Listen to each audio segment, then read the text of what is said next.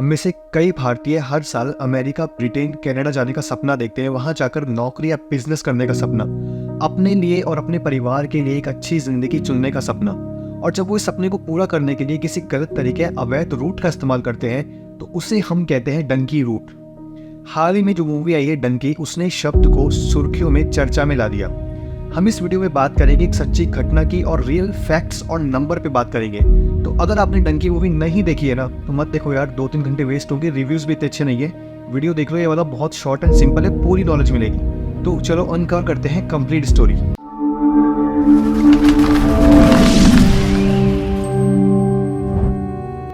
जगदीश बलदेव भाई पटेल, उम्र 39 साल। आंखों में था इनके सपना अपने परिवार को बेहतर जिंदगी देने का, अमेरिका पहुंचने का। ये निकल पड़ते हैं अमेरिका की ओर अपने परिवार के साथ, जिसमें शामिल है उनकी पत्नी वैशाली बेन, 11 साल की बेटी विहंगी और 3 साल का मासूम बेटा धार्मिक। 12 जनवरी 2023 को ये लोग पहुंचते हैं वीजा के थ्रू कनाडा। उसके 6 दिन बाद यात्रा करते हुए ये पहुंचते हैं अमेरिका और कनाडा की सीमा से पहले एक शहर कस्बे में जिसका नाम है एमरसन। एमरसन में रात का तापमान रहता है नॉर्मली -35 डिग्री। अब ये लोग रात में ही सफर शुरू करते हैं एमरसन से अमेरिका की ओर, क्योंकि दिन में पकड़े जाने का डर है, क्योंकि लीगली ये जा नहीं रहे थे। आप जानते हैं सुबह क्या हुआ? अमेरिका की सीमा से 12 मीटर दूर ये चारों के शव बर्फ में दबे हुए मिले। जब गुजरात की पुलिस ने तफ्तीश की इस मामले की तो ये मामला सामने आया कि एक एजेंट के बहकावे में आकर जगदीश बलदेव भाई पटेल ने ये गलत रास्ता अपनाया। अब ये तो केवल एक पटेल की कहानी मैंने आपको बताई, जो कि एक सच्ची घटना पे आधारित है। ऐसे न जाने कितने जगदीश भाई पटेल हैं इस भारत में जो हर साल एजेंटों के बहकावे में आके ये रास्ता अपनाते हैं। प्यू रिसर्च एक कंपनी है, उसके अनुसार हर साल भारत से 7 लाख से भी ज़्यादा लोग अमेरिका जाने के लिए इस रूट का इस्तेमाल करते हैं। और ब्रिटेन और कनाडा जाने वालों की भी बहुत लंबी लिस्ट है, जिसमें से कुछ हज़ार जो है आपको भारत में मिल जाएंगे।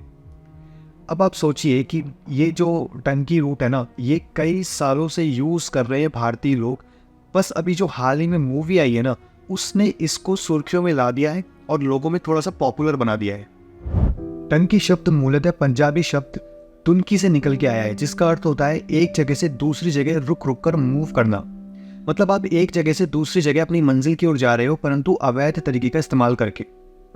अब मान लो किसी को ब्रिटेन जाना है तो वो क्या करेगा? सबसे पहले यूरोपियन यूनियन का टूरिस्ट वीज़ा लेगा, वो वहाँ पहुँचेगा और वहाँ से अमेरिका की ओर निकलेगा अवैध तरीके का इस्तेमाल करके।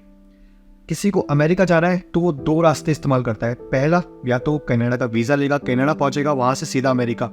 और दूसरा, इक्वेडोर या फिर निकारागुआ में वीज़ा ऑन अराइवल प्राप्त करके पहले वो पहुँचेगा मैक्सिको और फिर वहाँ से पहुँचेगा वो अमेरिका। अब चूंकि रास्ता इलीगल है, अवैध है, तो एजेंट लोग क्या करते हैं, ये ऐसे रास्ते खोजते हैं जो कि बहुत दुर्गम है, कठिन है। और इन रास्तों को पार करना ना अपने आप में एक जंग जीतने के बराबर है। इंटरनेशनल ऑर्गेनाइजेशन फॉर माइग्रेशन यानी IOM के अनुसार 2014 से अब तक अमेरिका या फिर यूरोपियन यूनियन के जो देश हैं वहाँ पर पहुँचने वाले अवैध तरीकों से 50,000 से ज़्यादा लोग जो अप्रवासी लोग हैं ना, वो या तो मारे गए हैं या लापता है। दिल्ली से करीब 14,000 किलोमीटर दूर लैटिन अमेरिकी देश इक्वेडोर जाया जाता है। इसके लिए फ़्लाइट ली जाती है। वीज़ा ऑन अराइवल की वजह से वहाँ का वीज़ा मिलने में कोई दिक्कत नहीं होती। इक्वेडोर में उतरने के बाद सबसे पहला लक्ष्य होता है कोलंबिया पहुँचना, जो कि समुद्र मार्ग से भी तय किया जा सकता है या फिर बस या टैक्सी से भी कुछ लोग वहाँ जाते हैं। कोलंबिया से अगला पड़ाव होता है कोस्टा रिका। पनामा होते हुए वहाँ पहुँचा जाता है। पनामा पहुँचने से पहले खतरनाक जंगल डेरियन गैप आता है, जो पैदल पार किया जाता है। कोस्टा रिका से अगला पड़ाव होता है निकारागुआ। इसे या तो बस से या फिर बोट से भी तय किया जा सकता है। निकारागुआ से होंडुरास और फिर ग्वाटेमाला होते हुए मैक्सिको की सीमा तक पहुंचा जाता है। मैक्सिको यानी गेटवे ऑफ अमेरिका, अमेरिका पहुंचने से पहले का अंतिम पड़ाव। अगली चुनौती होती है मैक्सिको अमेरिका सीमा तक जाने की। मैक्सिको सिक्योरिटी फोर्स से बचने के लिए आमतौर पर रेगिस्तान का रास्ता पकड़ा जाता है। मैक्सिको अमेरिका सीमा 3,140 किलोमीटर लंबी है। यहाँ के बड़े क्षेत्र में दीवार बनी हुई है। इसी को पार करके अमेरिका में प्रवेश किया जाता है। जो लोग दीवारों को पार नहीं कर पाते वो बॉर्डर के समानांतर बहती रियो ग्रैंड नदी को पार करने का खतरनाक रास्ता चुनते हैं और इसी दौरान कई लोग मारे भी जाते हैं। अब अगर हम आंकड़ों में समझे कि टॉप 5 देश कौन से हैं जहां पे सबसे ज्यादा अवैध अप्रवास होता है, यानी कि सबसे ज्यादा लोग अवैध रूप से पहुंचते हैं, तो सबसे टॉप पे हम सभी जानते हैं आता है अमेरिका, दूसरे नंबर पे आता है जर्मनी, तीसरे नंबर पे आता है सऊदी अरब, चौथे पे आता है रूस और पांचवे पे ब्रिटेन। अब देखो, अमेरिका सब लोग जाना चाहते हैं जैसा कि आंकड़ों से स्पष्ट होता है, परंतु आपको पता है कि हम भारतीय नहीं है टॉप पे जो अमेरिका अवैध रूप से पहुंचना चाहते हैं। हमारे से पहले 2 देश और हैं जो इसमें सबसे आगे हैं। सबसे पहले नंबर पे आते हैं मैक्सिको वाले जो अवैध रूप से अमेरिका पहुंचना चाहते हैं, दूसरे नंबर पे आता है अल सल्वाडोर और भारतीय आते हैं तीसरे नंबर पे। सोचने वाली बात यह है कि भारत 2047 तक विकसित राष्ट्र बनने का सपना देख रहा है, वहीं आज भी 5 से 7 लाख भारतीय हर साल अमेरिका, ब्रिटेन, कनाडा जाने का सपना देख रहे हैं और इन अवैध तरीकों का इस्तेमाल कर रहे हैं। मान सकते हैं कि वो जागरूक नहीं है, अशिक्षित है, गरीब हैं, पैसे का अभाव है, जो भी है, परंतु उनको कहीं ना कहीं बताए कि वो अगर अमेरिका पहुंच भी गए ना ऐसे रास्तों का इस्तेमाल करके, तो उनके साथ क्या होने वाला है वो आपने मूवी में देखा ही होगा। वो अपने साथ साथ अपने परिवार की जान भी जोखिम में डाल रहे हैं।